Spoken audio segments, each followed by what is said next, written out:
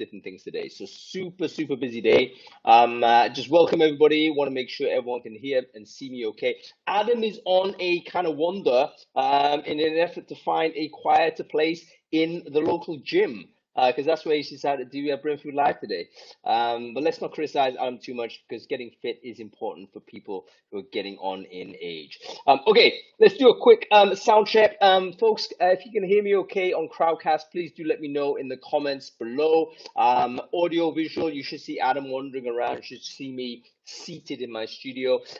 We should be live streaming this on LinkedIn as well. If you are on LinkedIn and you can hear me okay, please do let me know in the comments. I'm going to quickly check my phone to see whether I'm live streaming okay there, because I've totally lost confidence in my ability to do this properly. And oh shit, I don't think I am live streaming. Yes, I am. Thank God. So yes, hello LinkedIn. I'm pleased that I haven't screwed that up. Okay, great. We seem to be okay on Crowdcast. We seem to be okay on LinkedIn as well. So good.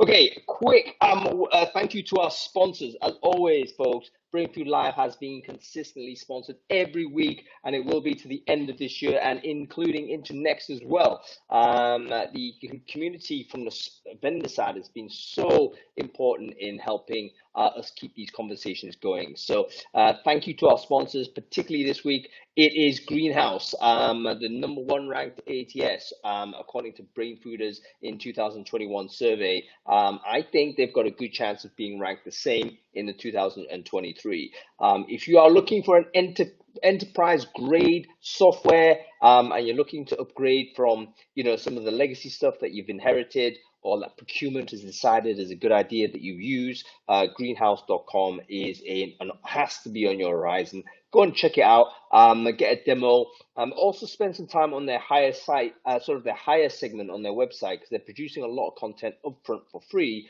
for TA professionals in order to get better at the job. So thank you to Greenhouse, and go check them out. Okay, let's get on with it. We are with Adam Gordon, of course, who hopefully is now seated in a place with low ambient noise. Adam, nice to see you. How are you doing? Hi, I'm very well. Thank you for having me. I suspect there's probably some disco music in the background or whatever, but like that'll just add to the experience for everybody, I would think. There's also like sounds of children in the background, so presumably you're now in the kiddies pool. No. So that's suboptimal. But there we go. No worries. I think if you toggle on and off with Mike, you should be all right. Anyway, great to see you, Adam. I mean, I guess we just better get on with it. In terms of, I don't know whether you had the time to read the newsletter at all last week, but if you have, why don't we talk about a few things there? Yeah, I have. So first thing is, I was planning to read the article about the impact of the personality of the founder on the success of a startup, but I didn't, because I opened it up and the writing was far too small and just like far too much writing, and I can't really read, so I didn't do that. I moved straight onto video, which I like better, and I looked at Kay McIntosh's 2-minute video about the Halloween escape room riddle. So this is quite interesting. You categorized it as recruitment marketing, I think. Recruitment advertising. Yeah. Yeah, well, so yeah, I guess it is. What it reminded me of was, I remember a smart company back in the when I started in recruitment, probably late 90s, early 2000s. And they used to post adverts in the Glasgow Herald, and at the bottom of the advert, they would go, "We're only looking for smart people to work at our company. If you can work out how to get our attention, then that's how you apply for the job." There was no email addresses, no phone numbers, no send your CV. That was your task. So it kind of reminded me a little bit of a more modern version of that. Yeah. Getting people to complete some riddles, do a task, make use of ChatGPT, use some logical thinking, or But I also did wonder about who is this excluding from participating in it? Because I'm sure it's excluding some people, like people with brains that work in slightly different ways. Now the argument might be, well, yeah, we only want people who can solve the riddle and can use their initiative and this and that and the next thing. but I feel like that seems a little bit exclusive. And then the other thing is like I might be a little bit I might be a, like not everybody's got access to all that stuff. So it's definitely exclusionary. However, I thought it was quite clever, and overall I liked it. Yeah, so to give people a bit of an idea what that is, I've just shared the Loom video on the chat stream there. Do check it out. It's just 2 minutes, but I thought just quite a clever use of ChatGPT and deployed really as an advert, as a job ad for people who went through the puzzle. So in other words, I think the founder of the business basically set a puzzle within ChatGPT, and invited people to go and interrogate that. And the people that passed the puzzle basically would then be, directed towards a place where they can, have either apply to a job or interact with someone who's actually managing that job. And I thought it was a recruitment advert. I would describe that as a recruitment advert with a bit of assessment on the front of it. I thought it was quite clever. You're right about the exclusion, though, but it leads to quite interesting philosophical question as to the nature of assessment or the nature of recruitment, which fundamentally is exclusionary unless you're going down the open hiring route and you're saying, anybody is welcome to do the job. But if you are kind of saying we want a particular type of person, we've got this in mind, then presumably you are trying to deter as many people, or as you are trying to invite. So I think the way to solve that from a D&I perspective is to have that not as the only route in. So potentially you have other ways in which people can encounter a job opportunity. There probably is something people can apply for, or sort of outside of that little sort of avenue. And there may be other ways to do it, but it may just simply be an unsolvable problem, because when you think about access, not everyone's got a computer, for instance. Not everyone has the internet even. So at some point, all of the stuff we're doing in terms of advertising is excluding a component of the potential audience. So, is that a practical problem that we're going to solve, or a philosophical one? I just think in this case, the guy's not trying to solve the world's problems. He just thought of a clever idea to use AI and kind of advertise and assess at the same time, which I thought was quite a clever and efficient way of using it. I think you've got to consider the nature of the job as well. It was an AI advocate job or something like that. It was like AI champion or something like that. Yeah, definitely. No one's going to be able to do that job if they don't have access to the internet and they don't know how to use ChatGPT. Yeah, I think there was some consideration as to how relevant the assessment criteria was to the to the job itself. I think the bottom line is that we can take an absolutist stance when it comes down to accessibility, but fundamentally that kind of chafes against assessment, and maybe even the idea of recruitment, which is to select people. If you're selecting one person, you're going to deselect another. Like I say, the only way out of that kind of conundrum is to have an open hiring policy and say, look, if you turn up, first person turns up for the job gets the job, which some companies do for certain roles, which I would also strongly advocate for. But anyway, if you want to get some inspiration on how to use AI as an advert, check out the Loom video I've just shared. Companies definitely need to get more creative with how they're doing recruitment advertising. I mean, I was in my daughter, it was my kids' what do you call it, like parents' evening at school yesterday. Went into my daughter's class, and on the classroom, loads of A4 posters that the kids, 6-year-olds, have done. Rome needs you, and a picture of a centurion, and it's they're studying all about Rome. And again, we haven't evolved that much since then, No, but I don't think that's necessarily a problem. You've got to tell people there's a vacancy, and then I think the creativity comes in how you distribute it.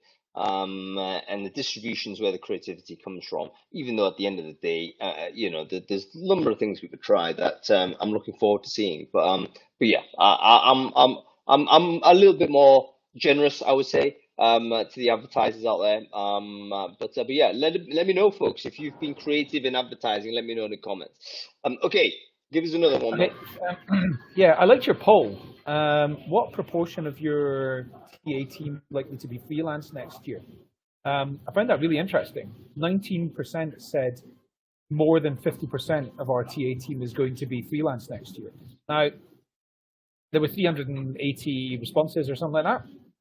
You know, pretty good. But I wonder if that is like one TA manager for a company, and they're going to hire 2 freelancers, or they've got 2 freelancers who are doing like talent sourcing for them or something like that. Obviously, that's more than 50%. So,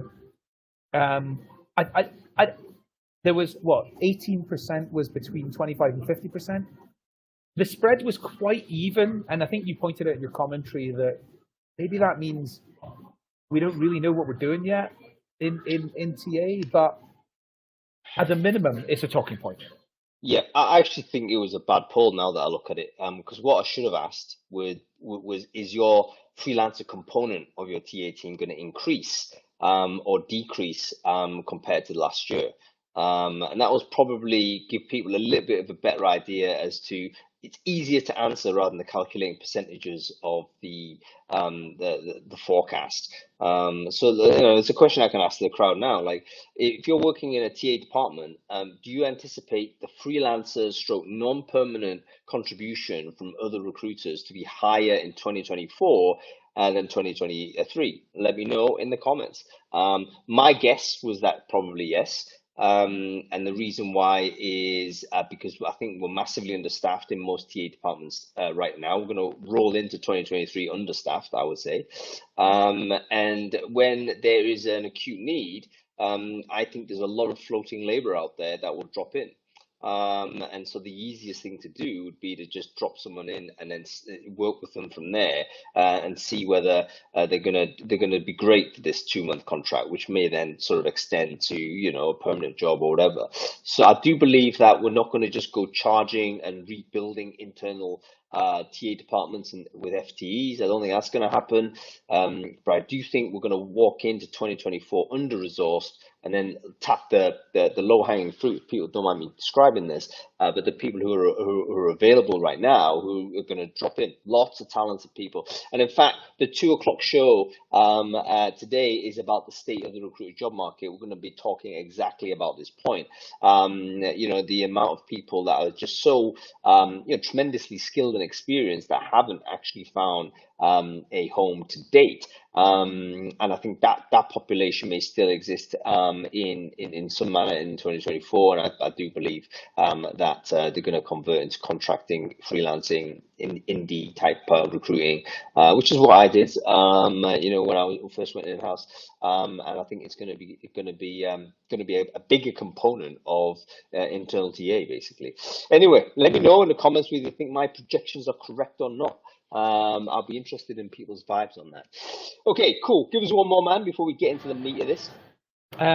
Before I do that, I'd love to know, Andrea's just said there's going to be massive changes with RPOs in 2024. That's clear to all of us. I think the same, but I'd love to just like, Andrea, what do you mean? Because I want to know if what you're saying here in the comments is like what I'm thinking. Well, I'm not saying you're the same age as my dad. Better not be. No, but I tell you what, it's relevant to our point when we're talking about career pathing for TA development, for the TA department, because do we factor in the existence or the likelihood that we will be working with RPOs significantly or not? I mean, that has some impact as to how we do our design of our internal processes. Cool. Give us another one, mate. Right. So I enjoy almost everything from Visual Capitalist. I wasn't quite sure how they got this information, but they seem to have aggregated the results from 500,000 plus surveys. They call them value graphics. I don't know how they've done that, but anyway, what they've done is they've gone and basically mapped out. Here's what the values of people in the world are. Here's what they cherish, and the top 5 were family, relationships, financial security, belonging, and community. Now, there were variances across countries, absolutely. The next 5 were personal growth, loyalty, religion, religion or spirituality, employment security, and personal responsibility.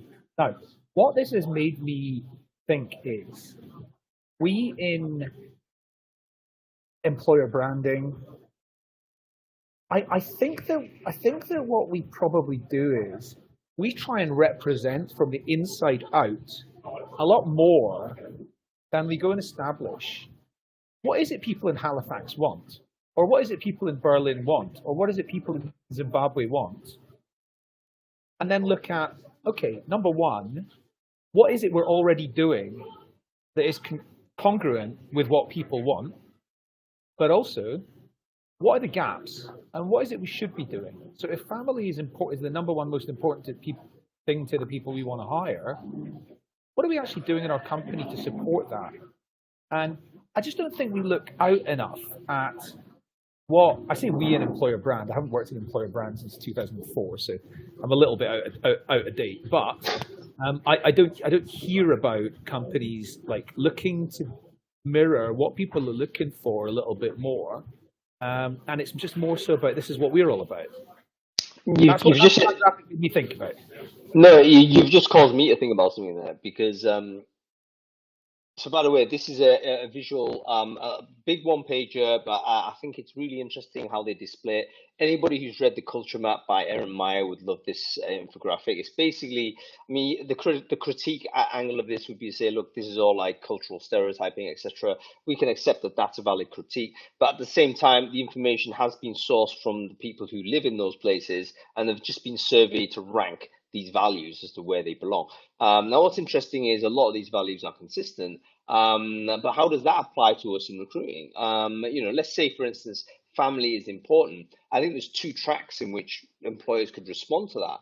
Number one, you could provide, let's say, more flexible working and then make sure that people are actually spending time with their families. That would be a big tick in the box. But another way in which people might interpret how to use this would be to say, oh, we need to cultivate a sense of family within our company, and then try and simulate a sort of family relationships within a company, because if that's what the people say they want, then we can give them a facsimile of family within the group. And I think a lot of companies have historically done that angle also.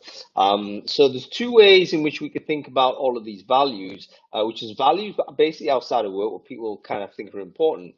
I think it's a very good culture building tool, very good for getting you thinking about your employer brand, but also, to understand how you communicate with your employees. If they say they care about X, then does it not make sense for you to think about providing some sort of investment in that area that they say they care about? I've said this before on this show many times, that I believe that the most important aspect of HR is employer brand, and every other HR job and discipline should be aimed at enhancing the employer brand and making it better and better.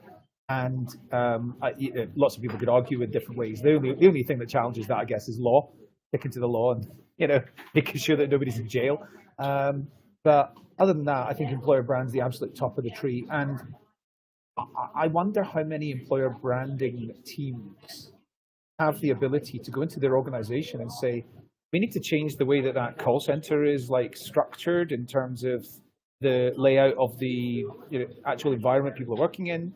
We need to change the structure of that team because that person reporting to that person doesn't make any sense in terms of our employer brand. That person needs fired because they're creating toxicity in our business. How much power do employer branding people have? Not very much, because they report into talent acquisition, which then reports into into HR. This is why I think the head of the entire people function needs to have employer brand as the top thing, and that person needs to be able to go and make changes like that inside an organization. All power to employer branding.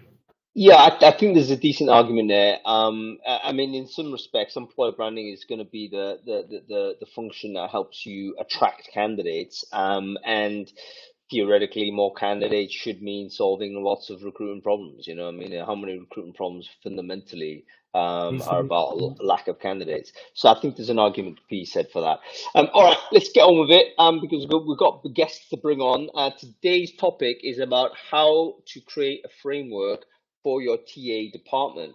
Now, this is actually inspired by a post I saw from Annie Jackson, who unfortunately couldn't join us today. She's been taken away. She texted me yesterday. She said she couldn't make it. But Annie, this show is basically based on one of your posts, which is to say, we've created this TA leveling system within her business at Clio, which is basically a published career path for people joining the company in the TA department. And it just struck to me, look, you know what, that's kind of unusual, because how many times have you seen a TA department that has explicitly got this, where, I come in and I join as a recruiter level 1, and then my pathway is to go level 2, or maybe I go to recruitment marketing or recruitment analytics on this parallel level. And then from there, maybe I go to data analytics or whatever it is. So how many of us have actually created a framework this way? How many of us want to do it? And how did you get started? I think for bigger departments, this typically exists. So there's a scaling issue as well. So how big a department merits this? And secondly, what kind of jobs that we need to create? How do you create a career pathing system that makes sense? That's not pandering. One of the things I wanted to explore with our guest today is, oftentimes you see the creation of artificial tiers just to give a sense of career progress, but in fact, the job hasn't substantively changed. You've got a new label at the front of your job title, let's say, to give you a bit of an ego rub. Maybe you've got a bit more in compensation, but the job fundamentally is the same. And I'm thinking, okay, we kind of have to avoid that, because that just seems to me like just excess bureaucracy. So let's bring in our guests here and see what they've got to say on it. Adam, you want to say something? With? Yeah, one quick thing. I think that this is a subset of another thing that I brought up on Brainfood Live a few times, which is I think that talent acquisition needs to have a responsibility for advising. I mean, this is a talent intelligence thing, I think, for advising the CEO and the CFO and the CPO around, not C3PO, though, around around what the size and shape of the company and the teams need to be this time 6 months from now, 1 year from now, 2 years from now, 3 years from now, on the basis of what jobs are literally not going to need to get done by humans anymore, but what jobs are going to have to be created in order to achieve other goals. All right. TA. Remind me of that exact point, because that's the perfect way to try and end this show, because we're going to kind of say, okay, how do you design a career pathing framework for TA that's actually future-proof for AI? Because you can say, like, how long is the time frame for it? For instance, look, it's going to take you 5 years to get to the top. Okay, great. 5 years, the world looks completely different. How does TA make sense in that? Have you future-proofed it to take into account that maybe a lot of the functions that we'll be doing today are not going to be done by us, or at least not by us without the assistance of AI in the future? Okay, so let's bring on. But today is a unique experiment, guys, because we're going to bring on not one but two Andreas, and not only this, but they also have unhelpfully not put their profile pictures on here, so that there's two green labeled Andreas that are going to come on, and hopefully we'll know how to make sense. Okay, let's bring these. Are they? How come you can see them and I can't? No, I'm saying bring them both on. I'm doing that. So Andreas, you've been invited. Oh, there she is. Hi. Oh, Andrea, have I told you I really like your new hair? Thank you, appreciate it. Nothing better than to start this with a compliment. Keep it going, Hang. Yes, it suits you really well. Okay, so Andrea, what the heck is that? Is that me? Oh my God. Who's making that horrible noise? It's not me. Does everyone else hear this? It's Andrea, DJ quit probably. I don't know, it's horrible. We've got to stop. Is it me? Let me go out and try again. I hope it's not me. Okay, someone's got to go. Adam, maybe you? Andrea, maybe you? I'm trying to remove you. Yeah, it's Andrea Marston. That's because she's kitted out like Calvin Harris behind there. That's why. Guys, really sorry. We've lost one listener. where someone's bailed out on us because of the horror of that. It's Andrea Marston. So Andrea, I know you can hear us. I've just booted you out, but whatever that noise is, try and like recorrect that, and we'll bring you back in. But whilst we're getting Andrea back on, why don't we say hello to Andrea Lungulescu? Andrea, why don't you introduce yourself real quick? Who are you? What it is you do? Oof, let me take this off. Thank you. Yes, I'm Andrea. That's the way to differentiate between the two of us. Andrea. And I'm a principal talent partner. I'm based out in Berlin with Wayfair. I've been in TA for over 13 years plus. Primarily technology, but not only. And recently I have the badge of a founder because I founded together with my colleagues the TA Crunch, which is the community for talent acquisition professionals in Berlin. Yes. Really passionate about the role that I have as a principal. So I'm a bit on a mission to share with the world the importance of the role. So I hope this is a good platform for that. Let's see. No, absolutely. And the reason why you're here is because I wanted to explore this non-managerial career track for TA, because traditionally anybody who wanted to go up in careers just had to elevate it into management, and often unsuitably. And that for me is part of the problem of not doing career pathing properly, because you're running out of options. In order to retain someone, you just put them up into some sort of managerial tier, and actually they may not want that, and they may not be competent at doing it, and all the rest of it. Okay, we're going to bring on the other Andrea. Not to say there's ever such a thing as another Andrea. This is the unique and special Andrea. Just to be clear, there's an Andrea and there's an Andrea. Andrea. Right? Two different names here. Yes. So Andrea Marston, I've just invited you back in. Let's click on and let's hope we do not like disturb the neighborhood dogs again with the very unique sound. Never heard of it before. But it was quite Chloe Morrison said, "Oh no, delay, Andrea. We have to do something. We have to do something. Let me mute Andrea because I think we've got to do that." Okay, so Andrea, you're muted. So that's okay. I'm sorry. You look marvelous, by the way. But the sound is no bueno. So I wonder whether it might be just a case of unplugging a few things, and if there's a mic that you're using, get rid of that, or if there's a whatnot. Yeah. Maybe that will help. Yeah. Let me know when you fixed it, and I'll get you back off the mute thing. Okay, let's talk to you, Andrea Lungulescu, first. Career pathing framework. Have you got any experience of this, either designing it or being part of an organization that's gone through the design of such a framework? Yes, no. If no, that's fine. But how would you do it if from the context that you've interacted with? Yes, but funny enough, not for talent acquisition. I think during my time at Zalando, there was repathing, but it was for product management. So I think it would be quite similar. However, I would not want to use that example. I would just like to focus on talent acquisition. And while I have not been part of the design of it, definitely when I reached the proverbial glass ceiling with Zalando, basically they had nothing more to do with me on an IC track. And I was adamant about not going on the management track. The only option that they found at the time was to ship me to executive.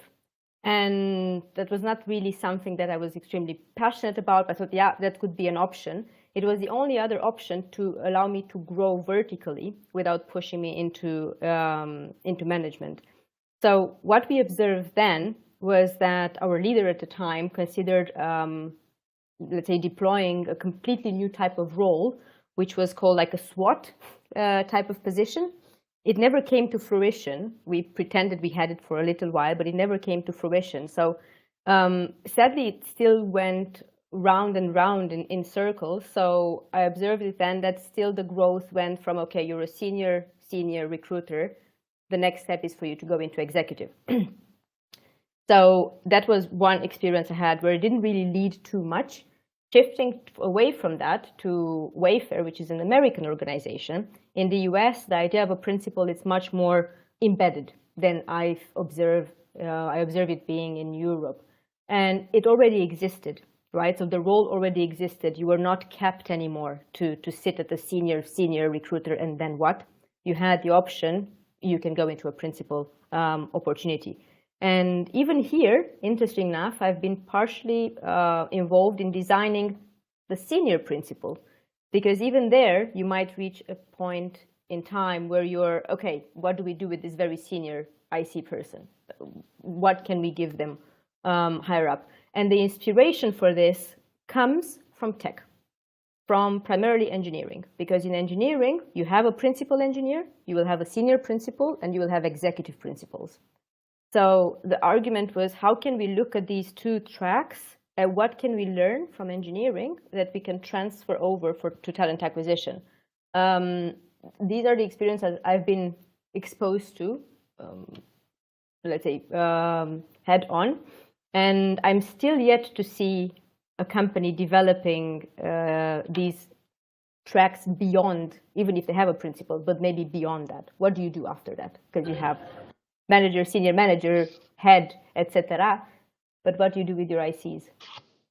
I feel like we need to be learning and applying as much as possible from engineering. And so there's things like recruiter operations and recruiter enablement, things like that are all things that are absolutely, way ahead in teams like engineering. And I'm not sure there's a limit to how we should be structuring our talent acquisition teams with inspiration from engineering. Well, hang on this. So, what are the differences in this case? So there's people watching this saying, "All right, that's all well and good," but what is a principal engineer compared to a senior engineer? What is the difference between a principal recruiter and a senior recruiter? Are they just labels to help placate, individuals that are upset because they haven't had career progression? Everyone's shaking their heads, but all right, explain it to me then. Andrea Marston, I'm going to bring you in. And okay, I think you're going to be okay. Let's just do that. Oh no, Andrea, we can't do it. I don't know what to do here. It might be a case of you logging back in, maybe on a different different room. Yeah. So Andrea Lungalescu, let's go with you on this. How would you define the difference? Like when you first encountered this difference between an engineer, a principal engineer, a principal could be engineer, and a senior, how was that explained to you as a distinguishing thing? If the question is for engineering and not talent acquisition, I will go back to my experience at Zalando, where I worked with seniors, principals, senior principals, and executive principals. So you literally see all the ranks and the difference. Probably the most impressive thing I've observed is the level of influence they have, or where their influence kind of takes place. We are talking about C-level influence, C-level involvement for the executive principals, and then as you go down, you come closer to the team level. So if we just talk about engineering, probably the simplest description I could give you is a senior engineer is somebody who is still part of a team, and their influence, meaning mentoring, meaning the things that they develop, the things that they put through, they deploy, the things that they do, the community they operate in, is team level and maybe department level. Then a principal, for sure, it will be department level. And we are talking about influencing 50 plus to 100 plus people, right? Meaning that they will get their hands involved in what every other team does, and they will build a cohesive, maybe an overarching kind of, let's say you use the term architecture or framework for all the teams to be able to utilize. And then as you go higher up, I won't go maybe necessarily too much more in detail. And this is easily transferable to principal recruiters. This is my role. I'm more than happy to brag about it. But it is that kind of level of influence. Where do you influence? How much do you touch in your day-to-day job, right? How wide is your scope on a horizontal level? And then how high do you go on a vertical level with your connection? Where do you operate? Do you operate C-level, just under C-level? Where do you sit in that space? All right. So what we can say with this career track of individual, so non-manager, no managerial responsibility, but the label basically applies to where you interact with the the department. So if you can imagine a department as one column, and then you have the principal and executive principal, senior principal, those kinds of things on a different column that's next to it, and it applies, the relationship maps horizontally across those pieces. And to give some understanding, I think all the tech recruiters here probably would understand a little bit about this, in the sense that, if you have someone who is designing a framework that they want their engineers to work on, or best practices in terms of how to deploy software, that person probably it doesn't have to be nested within the team producing the software. They may be someone who is outside of the team and then producing the best practices and being the person that kind of tunes everybody to become more efficient. So I can absolutely imagine that. It's almost like having a formalization of someone who's as a mentor, whereby the role is just always to provide these tools and frameworks for other operators to actually do the delivery. So does this mean that if you're doing this type of work that you're finished with recruiting? Like, do you not actually speak to candidates? And which is fine, because I would imagine maybe you would one day actually not do this, or do you still get involved somehow? And if so, how do those two things, interact? How are those two things in tension somewhat? Mm-hmm. I'll respond this from a recruitment standpoint, not a principal engineer standpoint. And you are correct, right, in relation to building this framework. However, I wanted to add something to what you just said. Bringing somebody from the outside to build something that was maybe previously designed in this space over here, that is possible for sure. However, imagine that the principal, or maybe even a senior one, would have their hands in these things so that they understand what they're building for. And to go back to your question in relation to being still hands-on, yes, as a principal, you still are, or at least in my case, I'm still very much hands-on. I would split my role into 30, 30, 30, if you want percentage-wise. So recruitment, operational, everything you can imagine that entails recruitment, from sourcing to managing candidates through the pipeline, all of that. Then you have process development, process deployment, innovation. This is another 30. And then another 30, you have project management, but large-scale projects that once they get delivered, they impact tens, hundreds of people. They impact the entire talent acquisition department. So not just the one, let's say you have a tech TA team. No, it goes beyond that. It goes global, or it goes wider than that. And a lot of upskilling. So as a principal, you always act as a multiplier. So that's why I said you have your hands in different pies so that you understand, how am I going to build a tray to carry all these pies? If I don't understand the shape and how they look like and how they wobble, I can't build a tray to carry them around.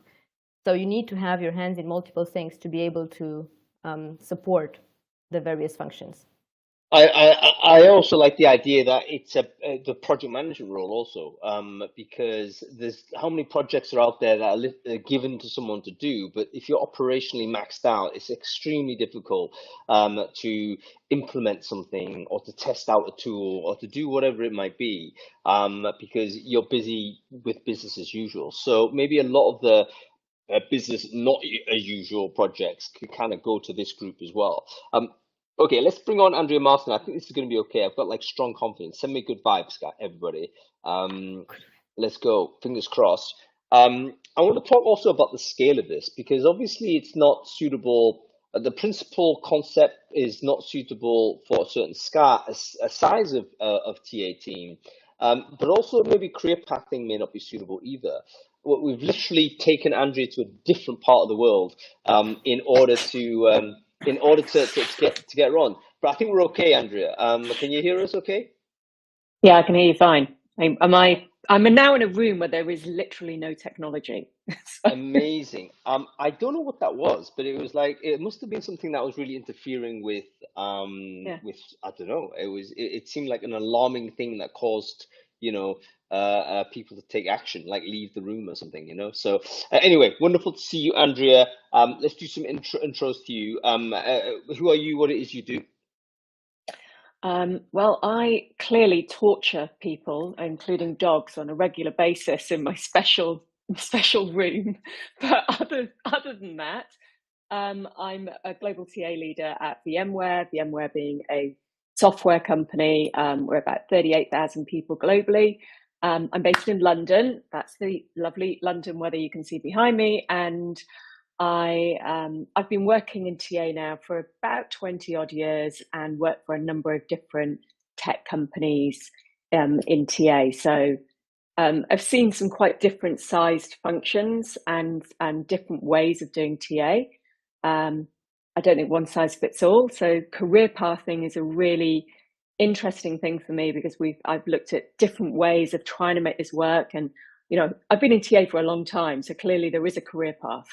So Okay, let's talk about the different ways in which this can work. What do you mean by that? I mean, what styles of career pathing have you encountered in your career so far, Andrea? Yeah, well, we've actually been through this massive transformation in VMware. So, you know, large TA team and working out how do we career path this, because you know, other organizations where we've not had a sourcing team or we've had limited number of coordinators and that sort of thing. So I've seen it work differently. When we tried to redesign it in VMware a couple of years ago, without actually, you know, taking the wheels off the bus and keep going as well, we took everything back to scratch and said, right, if we were redesigning this from scratch, what does a recruiter look like, a sourcer, a coordinator, all the other pieces? How do we actually make all this work so it fits the business, but also critically, how do we design it so that everyone is more empowered and enjoying their role and they're not doing work that makes them upset or just bored or something they can't really do and play to their strengths. So it's about putting the right work with the right people. I don't think it's immediately perfect, but I do think we got things into a much better place than they were. And I think it's an ongoing exercise. You know, as we see more and more of AI coming in, we know that there's going to be the roles are going to be becoming more and more human and less computational. Yeah, very interesting. Tell me about the size and scale prior to this implementation, Andrea. How many people are we talking about when you came to the realization that actually we haven't got the right shape or size of department to deal with this company? Yeah, give us the landscape before you made the change. Yeah, so we had about 400 people in TA, and we were struggling. You know, we had the rec loads were too high. There were a number of things that just weren't working, and the answer wasn't just to bring in more TA people. It was, okay, how can we better utilize this so our coordinators are more effective doing the work that they do, and they're more empowered, and they're also learning some of the skills they're going to need to become recruiters or sources of the future. Also, how do we make our recruiters a little bit better at they were really strong at stakeholder management, but they were spending a lot of time doing relatively junior work that our coordinators were perfectly capable of dealing with. So, for example, things like, okay, the job code is wrong in our ATS. So a recruiter was having to do that, taking away time from actually doing working with their stakeholders to doing what is effectively an admin task that our coordinators should be able to do, but hadn't been taught on the system. Yep. Okay, so a huge rationalization of the activities. Everyone's job's going to change. It's going to shuffle through. How do you get to that point where you start to talk to the department to get the information? I mean, is this a survey? Is this like a town hall? How does it all work? Yeah, we started with a survey. You know, basically, what do you love about your job? What would you take out of your job? And we got some very consistent feedback across different things. And then we had a team that was sitting and looking at each role and working out, well, what does this look like, and how do we structure it? And if we can think about career paths, what would they look like? How do we bring in someone that's got very little sourcing skill into a junior sourcing role and really focusing on sourcing from our CRM as opposed to sourcing externally, learning their sourcing skills, learning more about how to attract candidates, and then and how would that grow into an external sourcing role, for example. So it was all about each team working out, what does this actually look like? If you could redesign this from scratch, what does it look like for VMware today that's also going to be looking good in 2 years' time? And then not sitting back and saying, right, we've done it now. It's always been keep growing at it, keep looking at, well, what is this working? Where are the swim lanes? Did what we think was going to work not actually playing out in purpose? How do we keep changing that and continuously improve? So I think that mindset of being in continuous improvement rather than like, it's now done and we can leave it alone for 3 years is a really dated model that we all need to get rid of. Hong, I want to interject on something because that's something so valuable Andrea just mentioned. And I think we did something, but the level just after that, I think this might add value to some individuals who might have career paths already designed in the organization.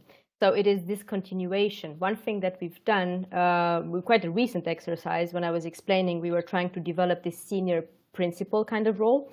We actually did focus groups with one, the senior recruiters, and two, the principals, to understand direct examples of their day-to-day work.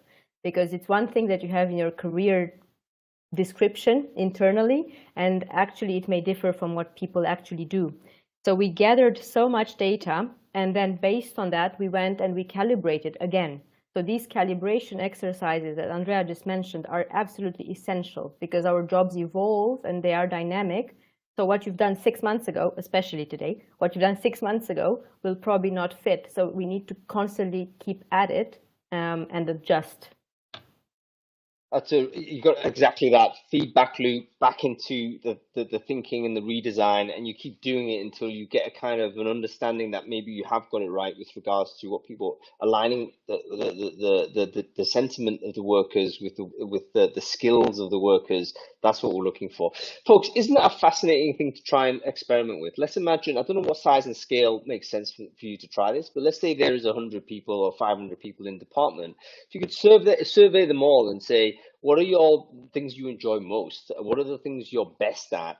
What are the things you hate most? And what are the things you're not very good at? And you just like listed them all. And then from there, you could probably start to see a pattern as to who is actually particularly interested or good at this particular function, and how you might redeploy skills or how you even redesign the job so that you kind of reduce the amounts of work that people are not good at, don't want to do, and move them to work that people are good at and do want to do. And let's not forget, folks, that this is not an objective thing.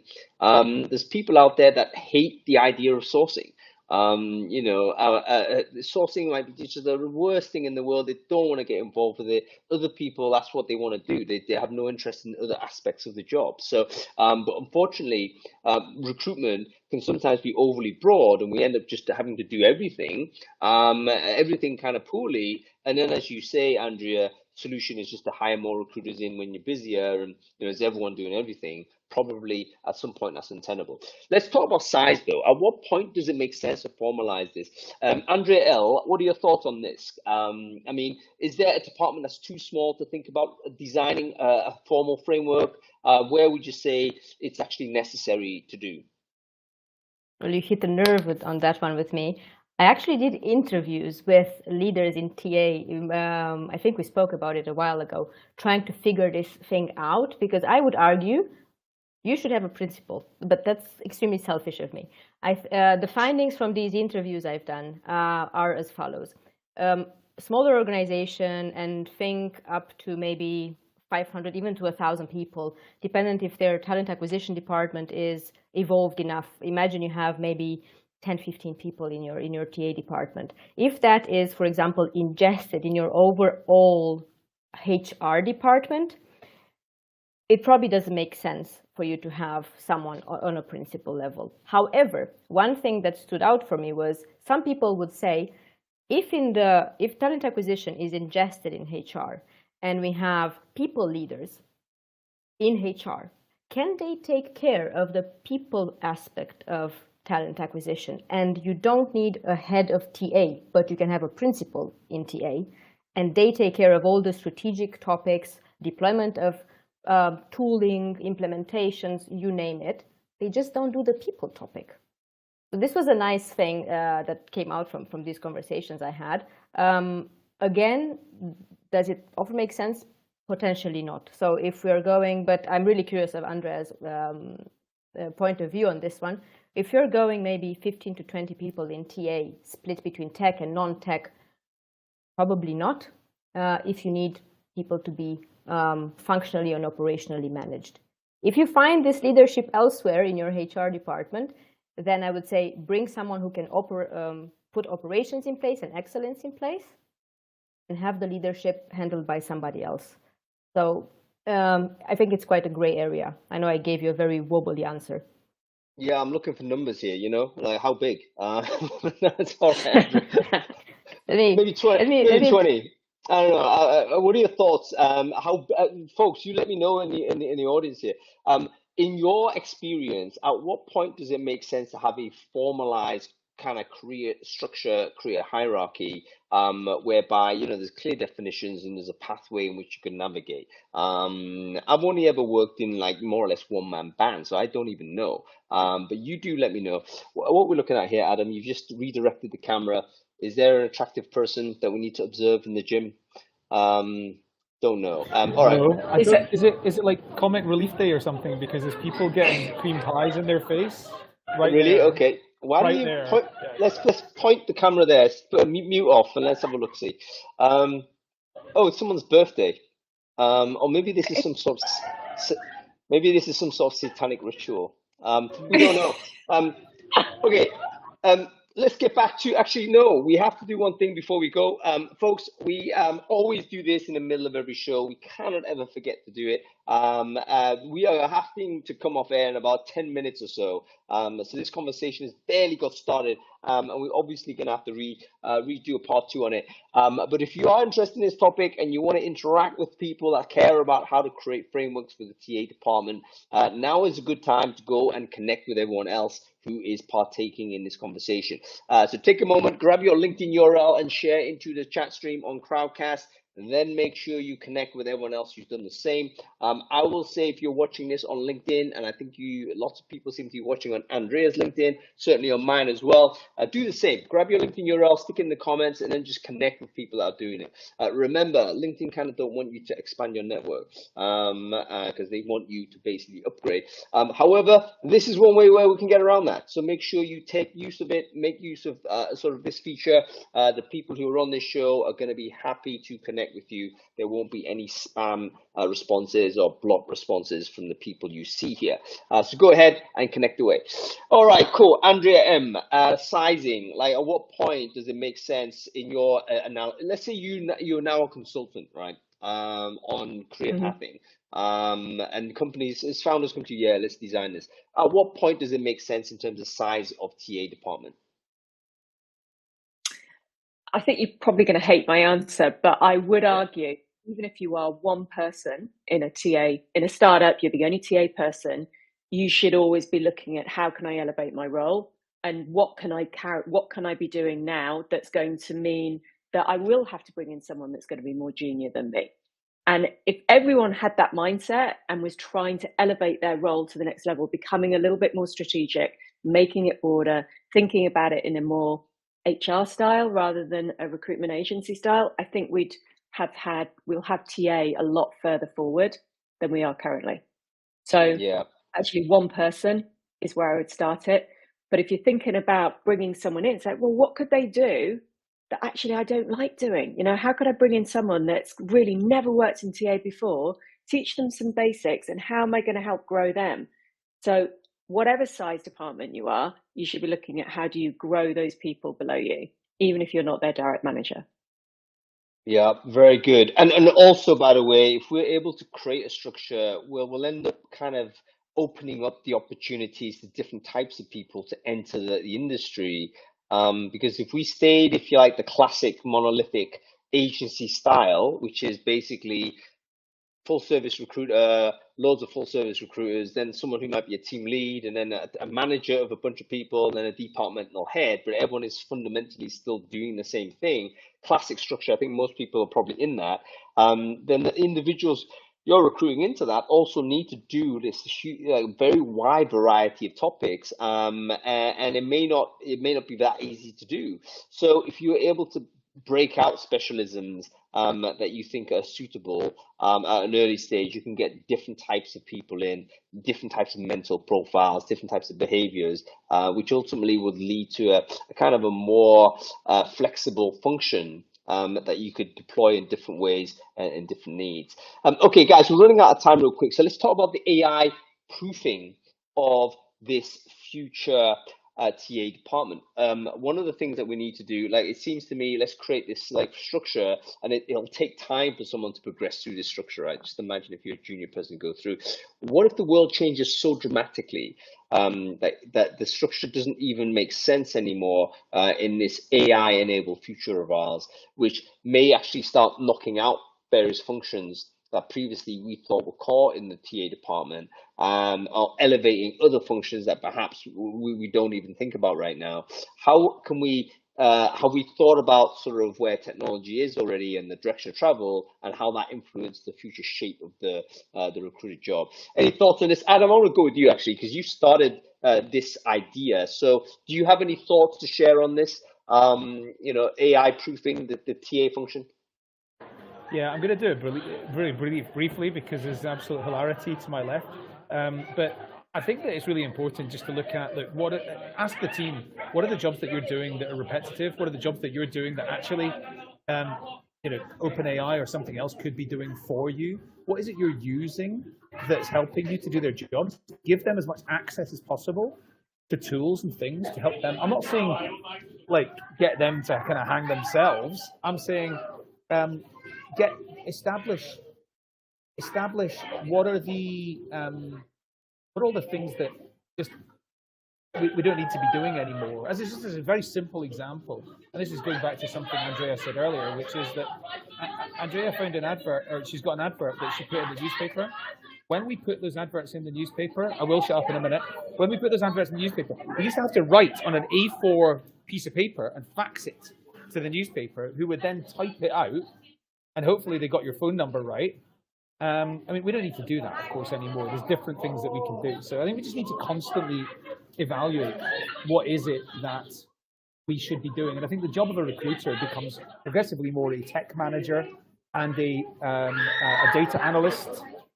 All right, stop. We have to see what's going on. Turn the camera around and then mute yourself.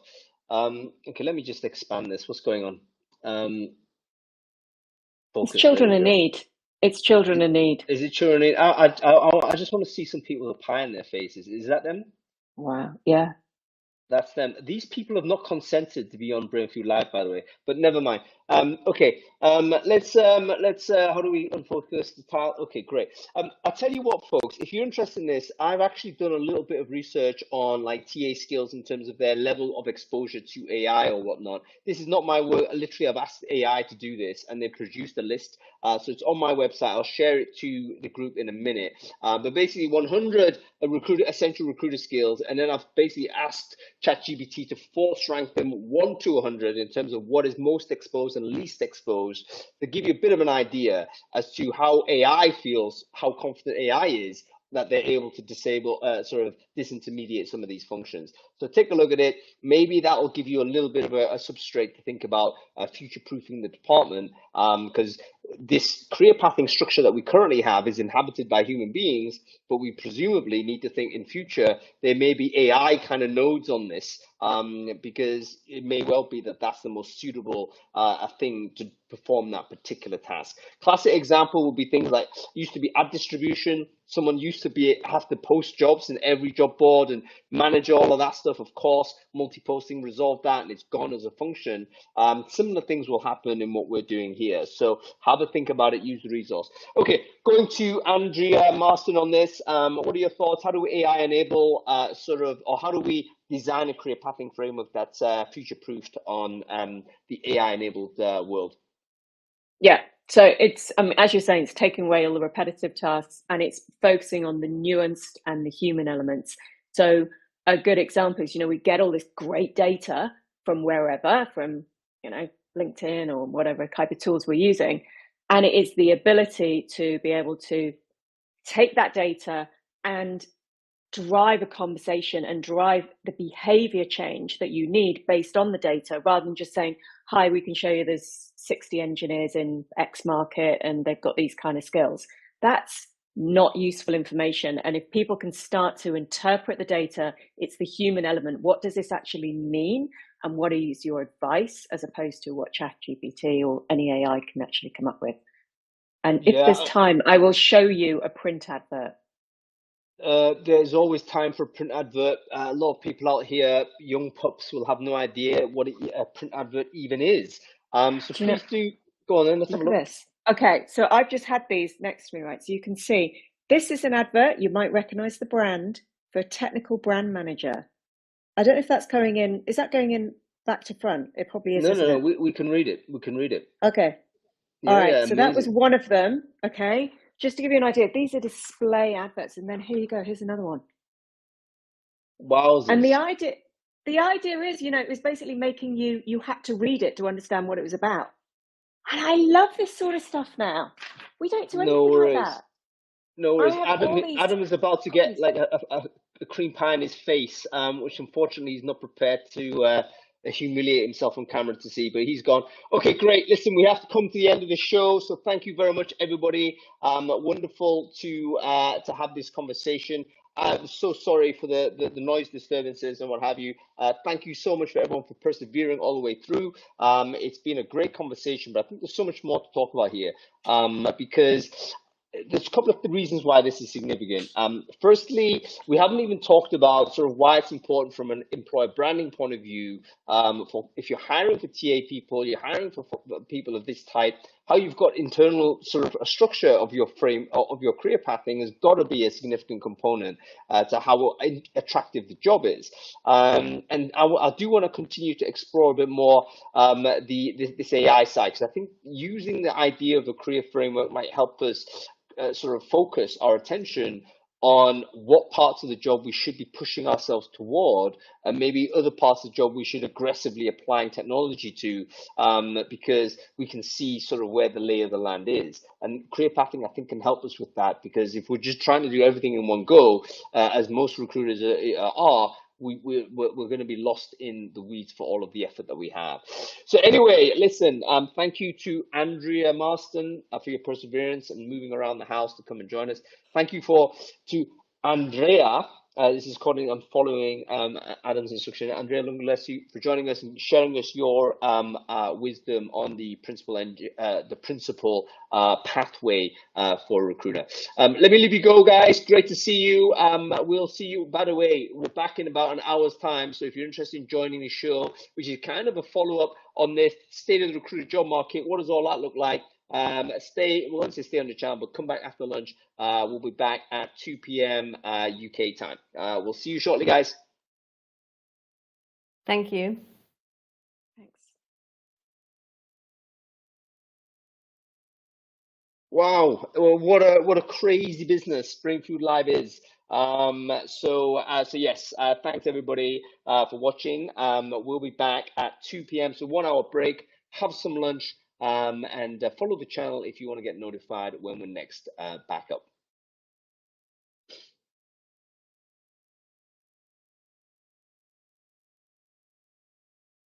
Okay, so we're off.